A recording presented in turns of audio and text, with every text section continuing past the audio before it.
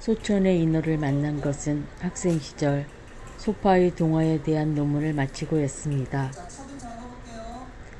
소파의 그것에서 무언가 부족하던 것을 소천의 동화를 마주하면서 채우고 존중하게 되던 국문학도로서의 만남, 그리고 그제서야 문득 기억하게 된 것.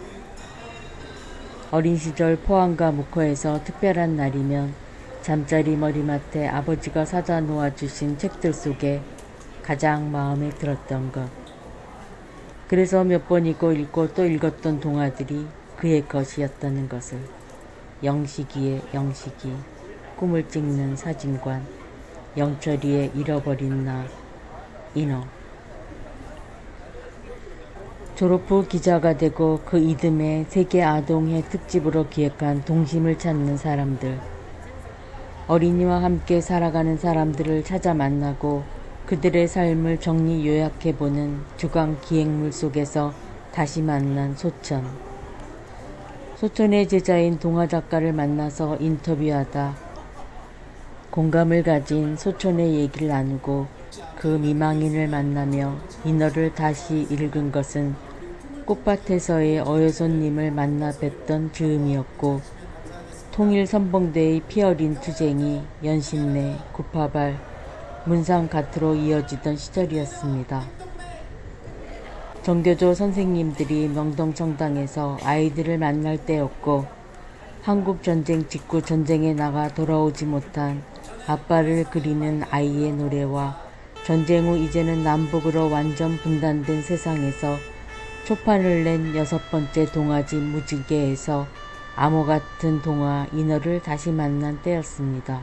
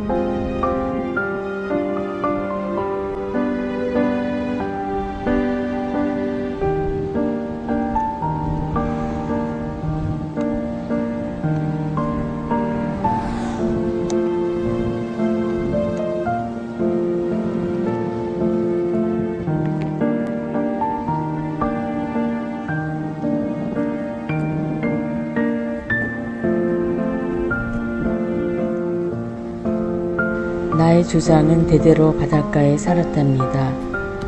그래서 나도 바다가 못 견디게 좋았는지 모릅니다. 밤낮 없이 출렁대는 바다는 내게 있어 어머니의 품같이 다정한 곳이었고 또 즐거운 놀이터이기도 하였습니다.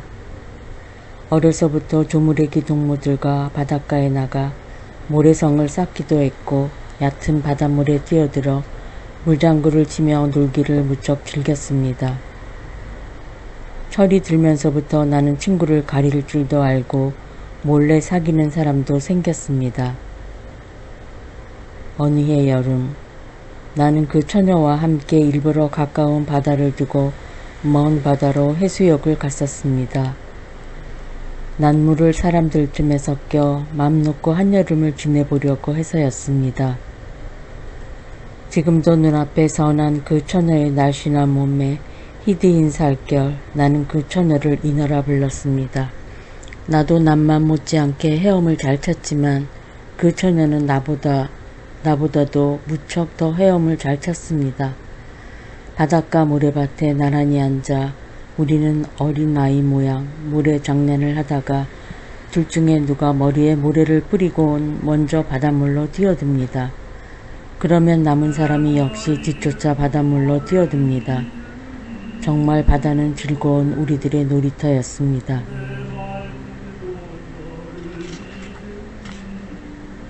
그러나 그의 여름이 다 가기도 전에 나는 혼자 그 바닷가를 떠나지 않으면 안 되게 되었습니다.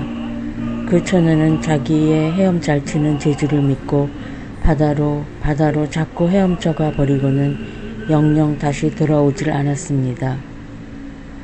정말 그 처녀는 인어의 피를 받아 가지고 태어난 것이 아닐까, 이런 생각까지를 하게 되었습니다.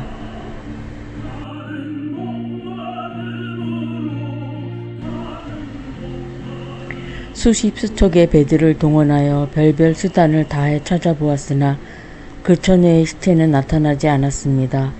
그 뒤로부터 나는 헤엄치기를 좋아하지 않았습니다. 아니, 바다까지가 가기 싫어졌습니다. 그러나 한여름이 오면 또 바다를 찾지 않고는 견디지 못했습니다. 나는 해마다 잃어버린 그 처녀를 생각하고 또 그 바닷가를 찾아가곤 하였습니다. 한여름을 바닷가 모래밭에 앉아 우두커니 먼 바다만을 바라보는 내 심정이란 무어라 형언할 수 없이 안타까웠습니다. 그러나 어느 날 뒤에 한 일이지만 그게 바로 그 처녀가 먼 바다로 가버린 그날이었다고 생각됩니다. 내가 바다 쪽을 바라보고 있노라니까 저쪽 먼 바다로부터 누가 날 오라고 손짓하는 것이 아니겠습니까? 나는 벌떡 일어나 바닷물 속에 뛰어들었습니다. 얼마나 헤엄쳤는지 내 앞에는 조그만 섬이 하나 나타났고 그 섬 위에 머리채를 3단같이 늘어뜨린 처녀 하나가 앉아 있었습니다.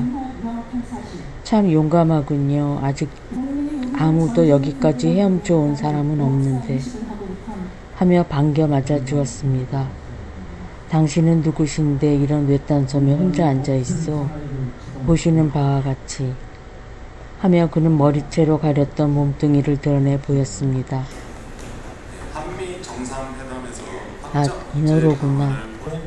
인어라는 말은 들었지만 그리고 그림 같은 데서는 본 적이 있지만 정말 이렇게 하반신이 고깃꼬리도 된 사람을 보기는 처음입니다. 자세히 보니 몸에는 전부 고기 비늘 같은 것이 돋아 있었습니다.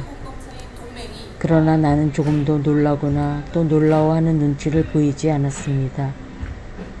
나는 그를 물끄러미 바라볼 뿐 뭐라 할 말을 몰랐습니다.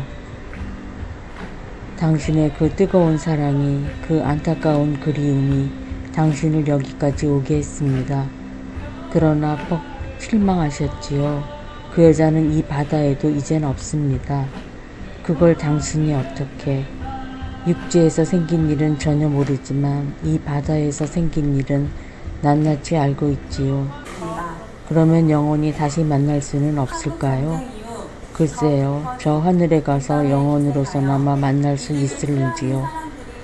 그런 건 우리 인어들보다 당신네들이 더 잘 알고 있지 않아요? 고맙소. 단념해버리지요. 바다를 깨끗이 잊어버리지요. 정말 잊을 수가 있어요? 그럼 어쩝니까? 그 텅 빈 자리를 무엇으로 채웁니까? 눈물과 한숨을 가득 담아주지요. 아유, 가엾어라. 제가 가르쳐 드릴까요? 그보다 훨씬 좋은 방법을.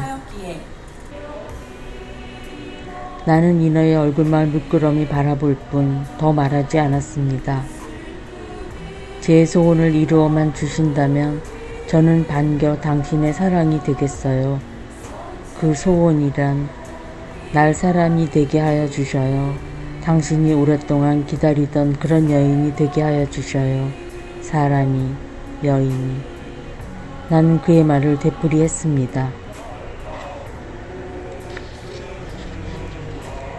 그러나 나는 그런 문제보다 하나 더 큰 것이 있다고 생각했습니다. 당신도 영원히 바다를 잊을 수만 있다면 난 어떤 방법을 써서라도 당신을 사람으로 만들어 드리지요. 전 이제 바다가 싫어졌어요. 바다란 너무 쓸쓸한 곳이에요. 그렇지만 바닷속엔 산호며 진주며 수많은 어족들이며 해초들이 있지 않아요? 땅 위에 꽃에 못지 않을 그런 아름다운 것들이 얼마든지 있지 않아요? 그런 게 무슨 소용이 있습니까? 사랑하는 일, 사랑을 받는 일, 그것밖에 더 귀하고 큰 게 어디 있어요. 그렇기는 하지만 나는 다시 바닷가로 헤엄쳐 나왔습니다.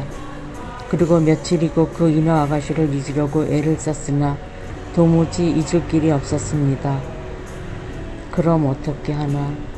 단 한 가지 길밖에 없었습니다.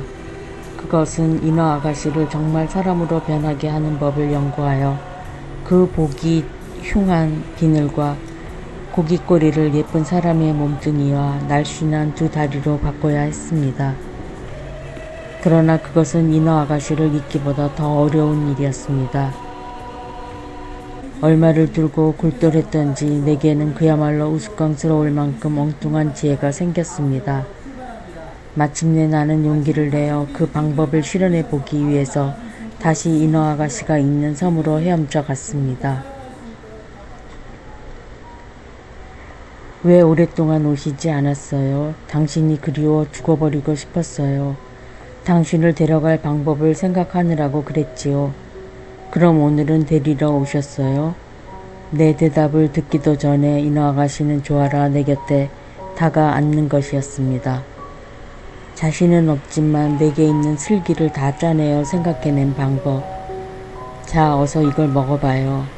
뭔데요? 민들레씨. 네, 민들레씨라니요. 꽃이지요. 이걸 왜 먹으려십니까?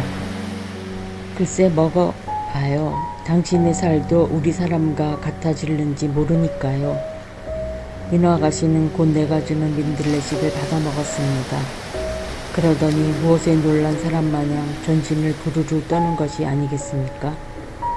민들레씨가 바람에 흩날리듯 아가씨의 전신에 다닥다닥 붙었던 비늘이 부슬부슬 떨어지기 시작했습니다. 나는 내 생각이 틀리지 않았다고 생각하니 미칠 듯이 기뻤습니다. 자, 이번엔 이 약을 하고 나는 이번엔 봉숭아 꼬시를 한 움큼 주었습니다. 이걸 다 먹어요? 어서 먹어요. 아가씨는 그걸 받아 은다나를 씹듯 다 먹어버렸습니다. 그러자 이번엔 큰일이 났습니다. 아가씨는 그만 술에 취한 사람 모양, 아니 독약이라도 마신 사람같이 곤두박질을 하는 것이 아닙니까? 나는 어쩔 줄 모르고 왜 이래요? 진정하시오. 하였으나 아가씨는 정신없이 몸을 비비틀며 엎지락 뒤치락 하는 것이었습니다. 마치 물속에 사는 고기를 땅 위에 드러내 놓았을 때와 똑같은 몸짓이었습니다. 이상한 일도 있습니다. 봉숭아씨 주머니가 바람에 아니 저절로 툭 튀듯 아가씨의 고깃꼬리 같은 하반신이 딱 갈라지는 것이 아니겠습니까? 그러자 곧 그것은 두 다리로 변하고 발이 생기는 것이었습니다. 그러자 아가씨는 꿈에서 깬 듯 감았던 눈을 뜨며 일어나 앉는 것이었습니다. 아가씨, 나는 나지막한 목소리로 아가씨를 불렀습니다. 당신이 소원하던 대로 당신은 이제 나와 똑같은 사람이 된 것이요. 자, 어서 육지로 나갑시다. 고맙습니다. 저는 이제 영원히 당신의 것이에요. 우리 두 사람은 기쁨을 이기지 못해 오랫동안 부둥켜 안았습니다. 우리들이 결혼식은 옛날 얘기에 나오는 왕자와 공주의 그것같이 찬란하고 굉장했습니다. 그도 그럴 것이 바다에서 나는 값진 보화는 얼마든지 얻을 수 있었으니까요. 결혼식을 끝낸 우리는 화려한 도회지보다는 조용한 산속을 택했습니다. 그 하나의 큰 이유는 나는 내 아내에게 영원히 바다를 생각하지 않게 하기 위하여 여름이고 겨울이고 산속에서 살리라 혼자 마음속으로 정해버린 것입니다. 결혼한 우리는 무척 행복했습니다. 산속이라고는 하여도 돈만 있으면 무엇이고 없는 것이 없습니다. 우리는 예쁜 꽃밭을 만들고 온갖 악기를 사들여 날마다 노래와 춤으로 세월을 보냈습니다. 아내는 처음엔 육지 생활이 다소 낯설고 서툴렀으나 1년이 못 가서 아주 육지 사람이 되어버렸습니다.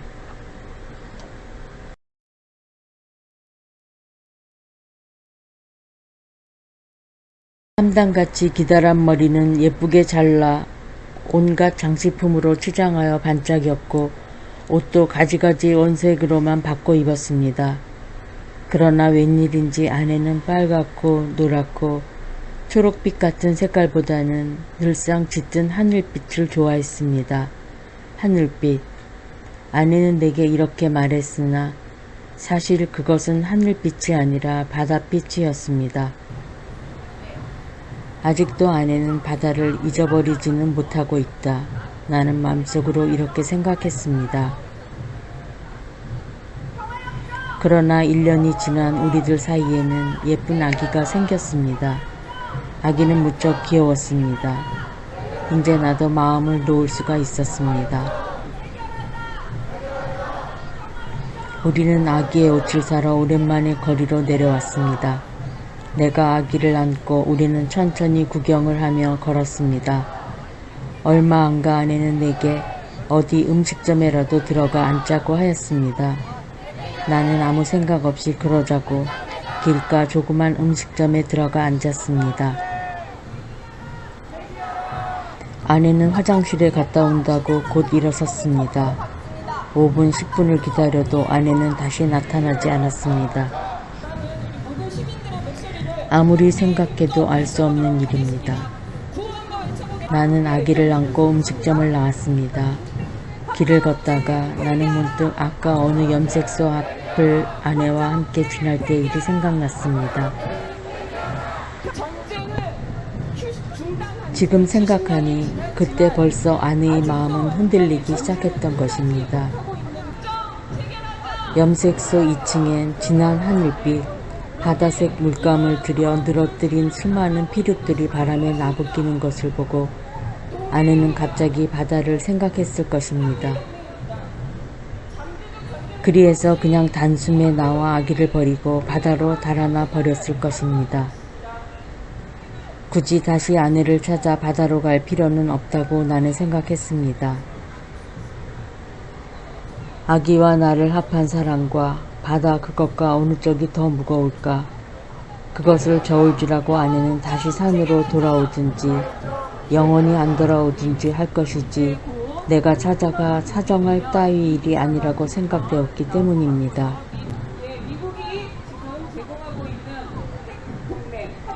아기를 데리고 나는 다시 산속 집으로 돌아왔습니다. 아기는 유모를 만났기 때문에 아무 일 없이 잘 자랐습니다. 한 해, 이태, 나는 아기가 자라면 자랄수록 어머니를 닮아가는 것 같이 느꼈습니다. 그러나 나는 아기 어머니를 영영 바다와 함께 잊어버리리라 이를 갈며 다짐했습니다. 그러나 지금이라도 아기와 나를 찾아 다시 아기 어머니가 돌아만 온다면 나는 반겨 맞아 주어야 하겠다고 생각했습니다.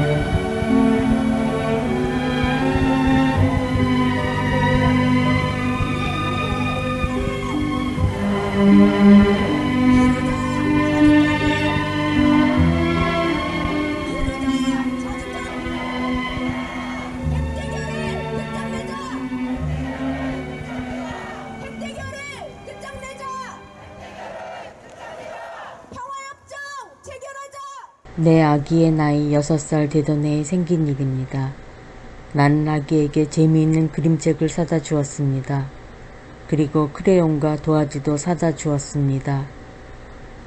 나는 그림책을 살 때마다 언제나 바다가 있는 그림책을 사지 않았습니다. 심지어는 배가 있는 그림책도 사지 않았으니까요.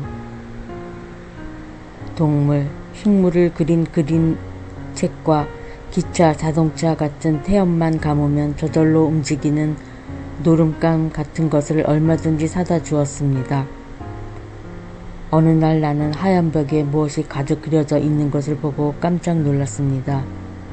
그것은 내 아이가 한 번도 보지도 듣지도 못한 바닷속에 사는 조개와 소라 같은 것을 가득 그려 놓았기 때문입니다.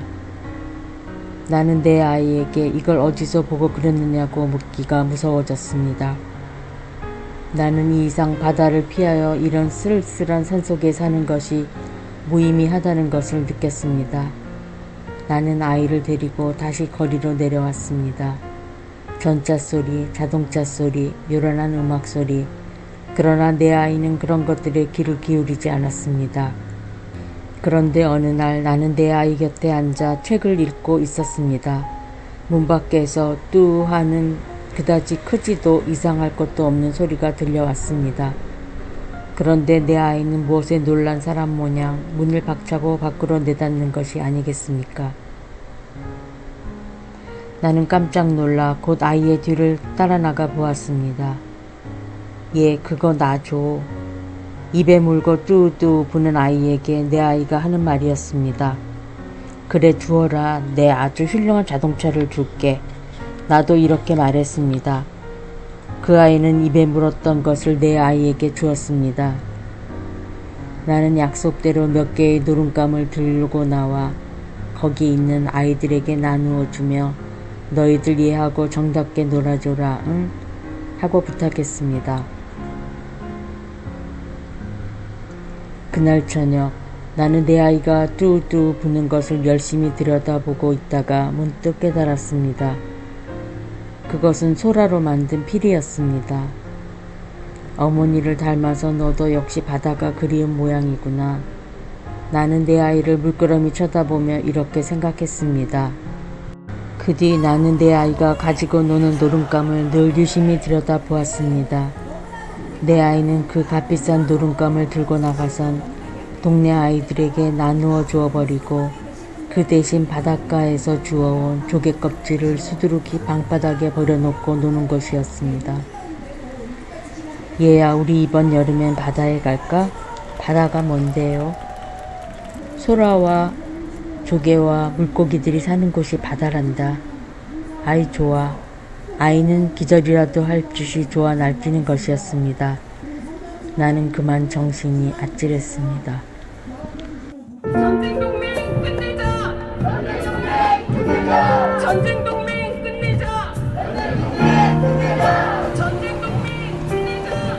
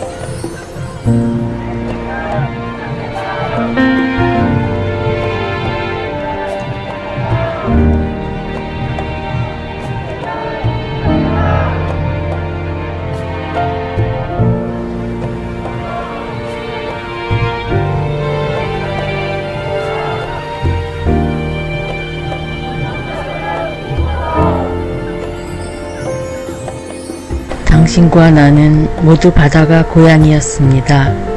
그래서 아무리 모질고 험하게 헤어진다 해도 가슴속 모르는 곳으로부터 지지 않고 피어나는 그 무엇이 결탄코 하나 되어야 함을 일러줍니다.